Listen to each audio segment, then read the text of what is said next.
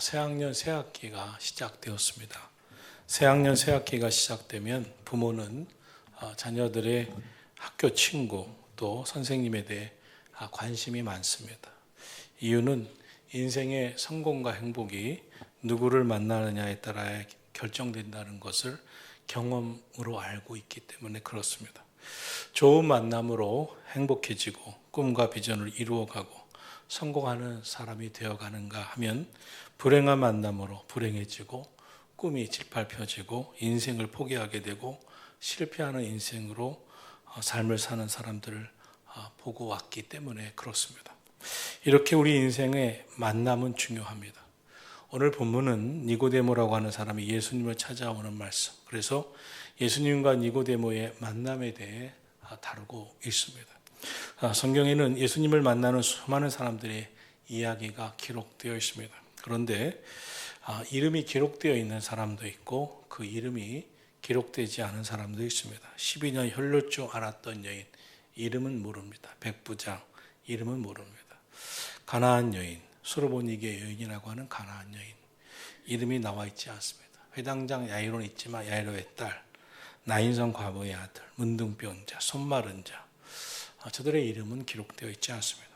예수님의 제자들과 그 이름이 기록된 사람들을, 예수님의 제자들의 이름은 기록되었고 또 그 외에 기록된 사람들은 그렇게 많은 편은 아닙니다. 삭개오, 막달라 마리아, 마르다 마리아, 나사로, 아리마대 요셉, 니고데모, 오늘 본문의 니고데모, 그들의 이름이 기록된 것은 당시에 많은 사람들이 알고 있는 이름이라든지 또 중요한 성경의 이름이었기 때문입니다. 이렇게 실명이 성경에 기록된 사람들은 당시에 유명인이었거나 또 예수님의 제자에 준하는 특별 제자였기 때문에 그렇습니다. 그런데 본문에 니고데모라는 사람이 기록되어 있음을 봅니다. 그런데 그의 직업도 나오죠. 바리새인이고 또 이 유대의 지도자였다. 아주 중요한 인물이었고 모두가 다 아는 인물이었음을 밝히고 있는 것입니다. 그런데 이 사람이 주님을 만나러 옵니다. 주님을 만나서 아주 굉장한 중요한 메시지가 선포되고 있습니다.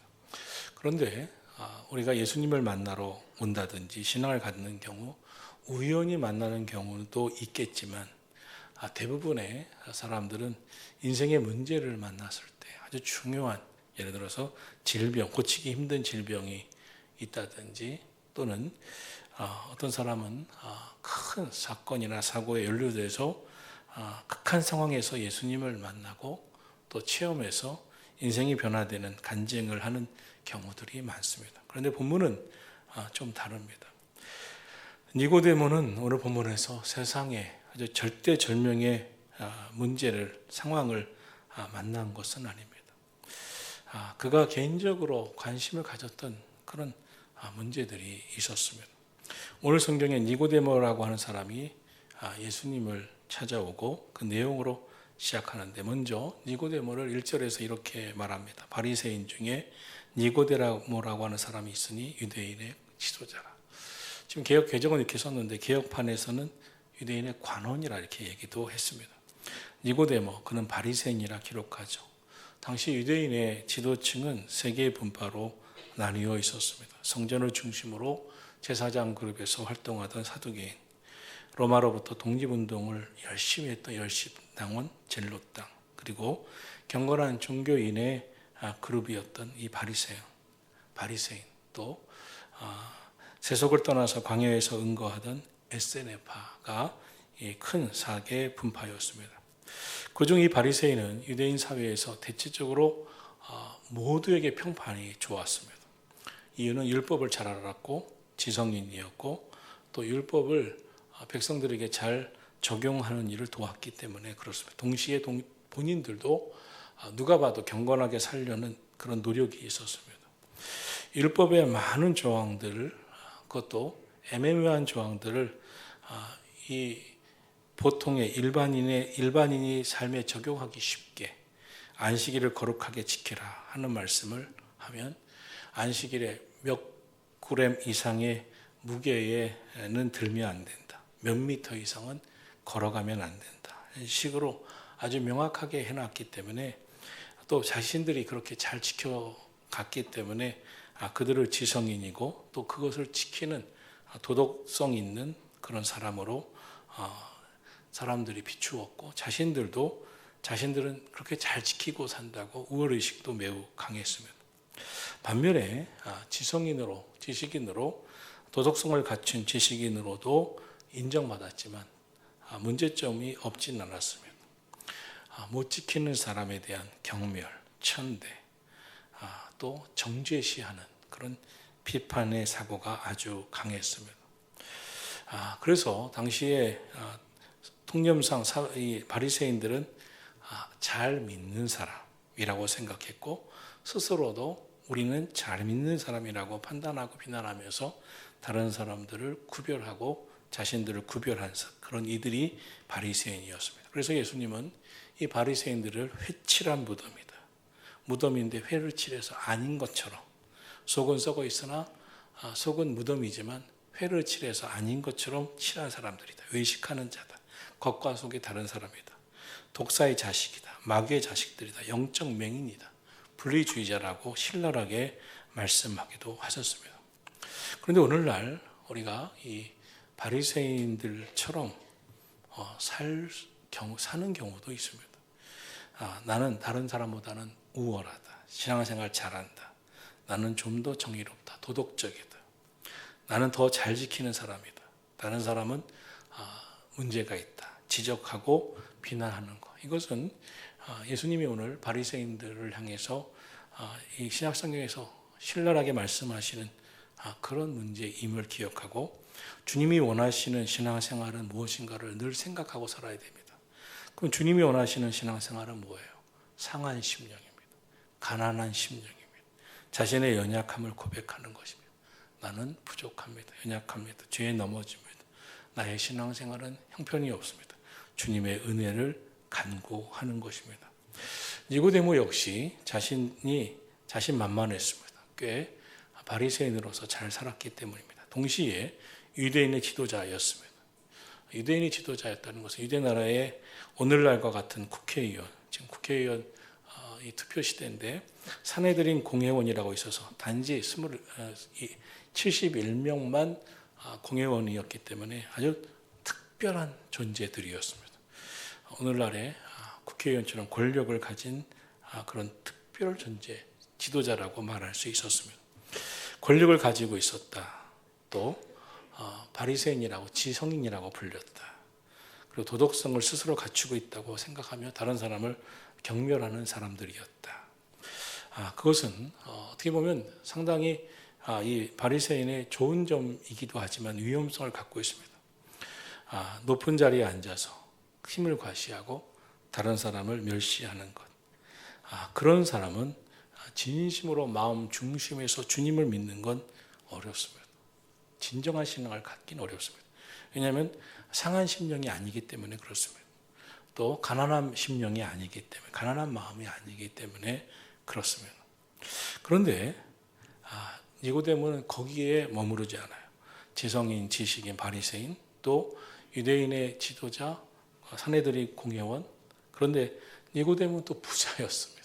예수님이 십자가에서 돌아가신 후 장사 지낼 때 아리마대 요셉과 이 니고데모가 아주 중요한 역할을 하고, 어떤 이들은 니고데모가 아리마대 요셉이라고 말하는 사람도 있을 정도로 예수님의 장례를 위해서 많은 금액을 써서 장례를 치른 사람으로 전해지고 있습니다. 이처럼 경제적으로 또 지성적으로 또 권력적으로 뭐 하나 안 갖춘 것이 없었던 니고데모가 오늘 본문에 보니까 밤중에 예수님을 찾아옵니다. 왜 낮에 아니고 밤에 예수님을 만나러 왔겠습니까? 사내들인 공회원, 바리새인, 이스라엘의 지도자, 그가 다른 사람의 시선을 의식하지 않을 수 없었겠죠. 예수님 만나러 오는 게 쉬운 일이 아니겠죠. 그러나 밤중에라도 예수님을 만나러 와야 하겠다고 하는 마음은 있었습니다. 그것이 무엇일까요? 주님을 만나러 왔을 때 그의 권력, 지성, 또 경제적으로 우위에 있었던 그가 예수님, 어떻게 보면 인간적으로 나사렛의 천한 목수에 불과했었던, 그러나 모두가 랍비라고 생각했었던 예수님을 만나기 위해서는 자존심 내려놔야 되고 정말 만나야 되겠다고 하는 마음이 없이는 올 수 없었을 겁니다. 그가 예수님을 한밤중에 조용히 1대1로 만나고 싶어서, 그래서 주님의 말씀 한번 듣고 싶어서, 주님의 말씀 속에서 진리와 하나님의 뜻을 알고 싶어서 예수님을 찾아옵니다. 그리고 2절에서 이렇게 말하고 있죠. 그가 밤에 예수께 와서 이르되 랍비여, 우리가 당신은 하나님께로부터 오신 선생인 줄 알아이다. 하나님이 함께 하시지 아니하시면 당신이 행하시는 이 표적은 아무도 할 수 없음이니이다. 니고데모는 그 예수님을 주목하고 있었어요. 예수님의 그 공생의 행적 속에서 수많은 표적이 나타나고 예수님의 말씀의 능력과 또 이 바다를 잔잔케 하고 또 오병이어의 기적을 일으키고 병든 수많은 사람들을 고치는 것을 통해서 저런 표적이 나타나다니, 저런 표적은 하나님이 함께 하시지 않고서는 할 수 없는 거야. 예수는 이 다른 이 유대 관원들이 생각하는 그런 죽일 사람, 거짓 선지자가 아니야. 저는 하나님이 함께 하시지는 않고서는 할 수 없는 거야. 그것이 지성인이고 종교인이었던 그가 예수님의 행적을, 표적을 통해서 생각해냈던 것입니다. 저것이 어떻게 세상에서 가능한 일이야?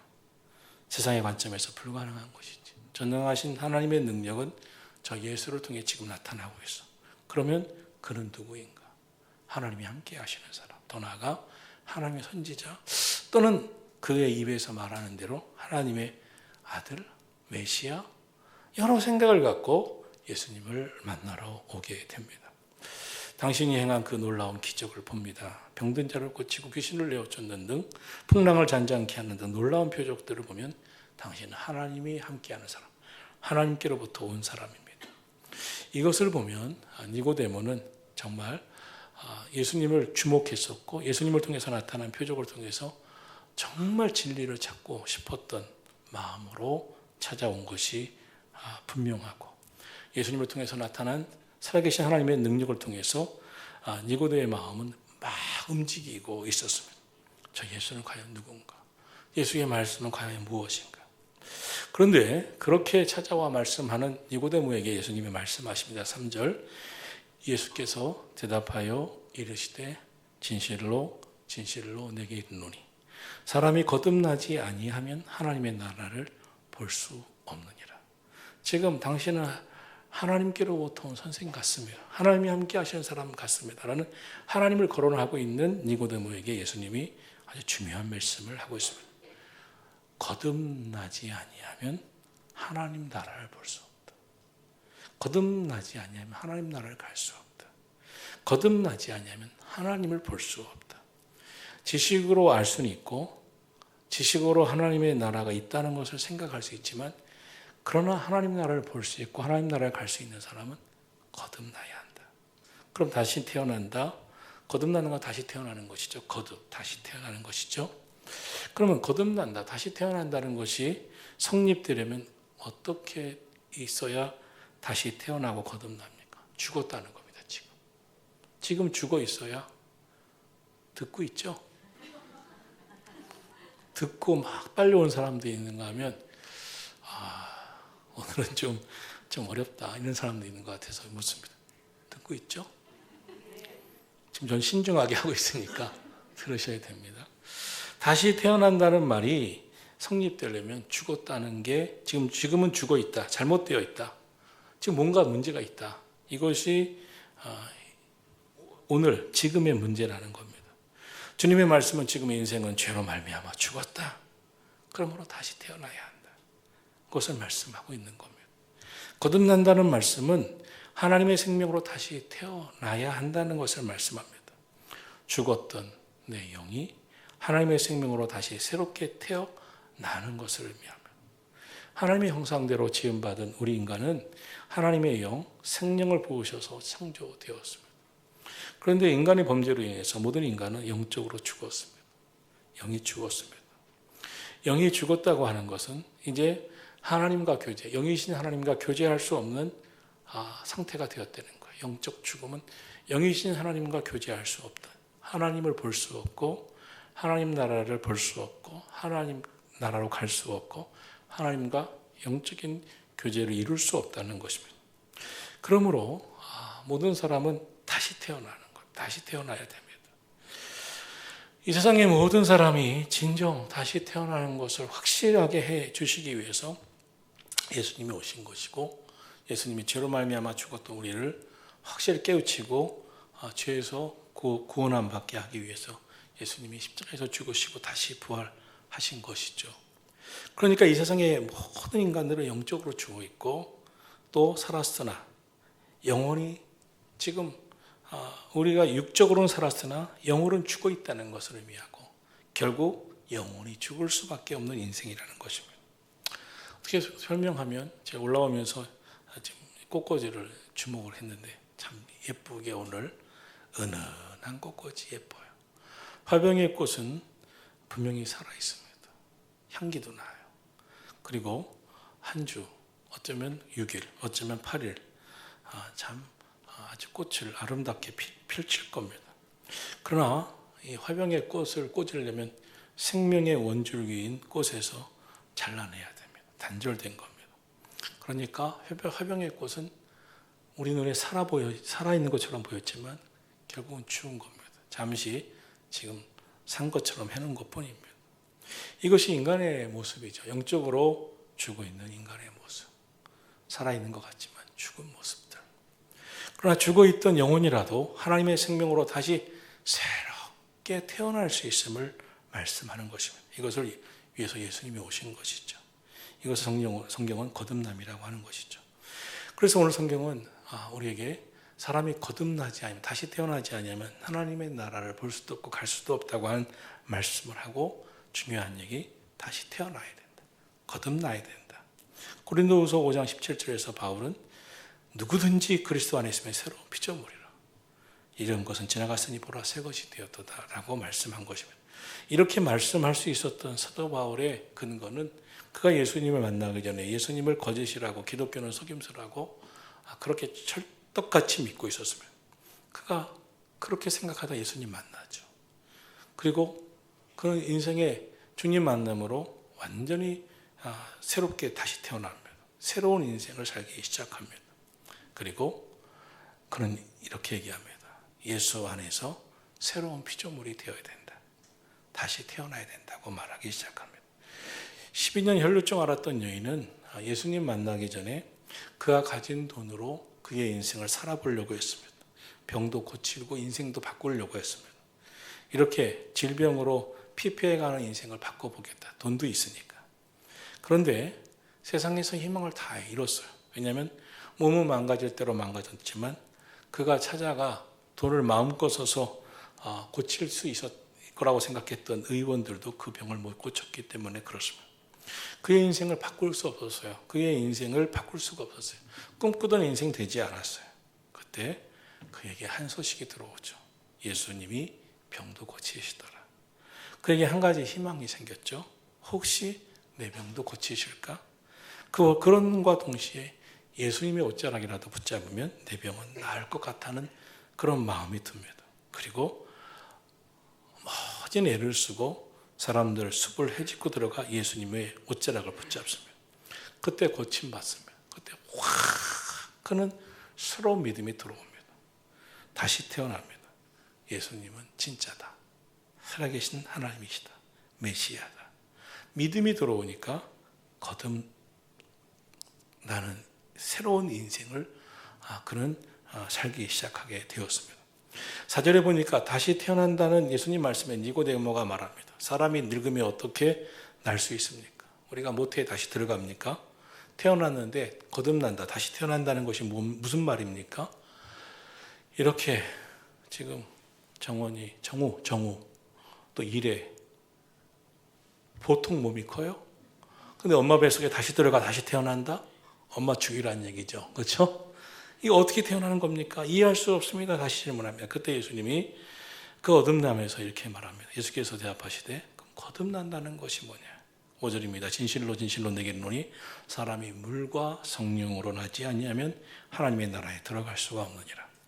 물과 성령으로 거듭난다는 말, 물은 회개의 세례를 의미하며 성령은 믿음의 세례를 의미하는 것이죠.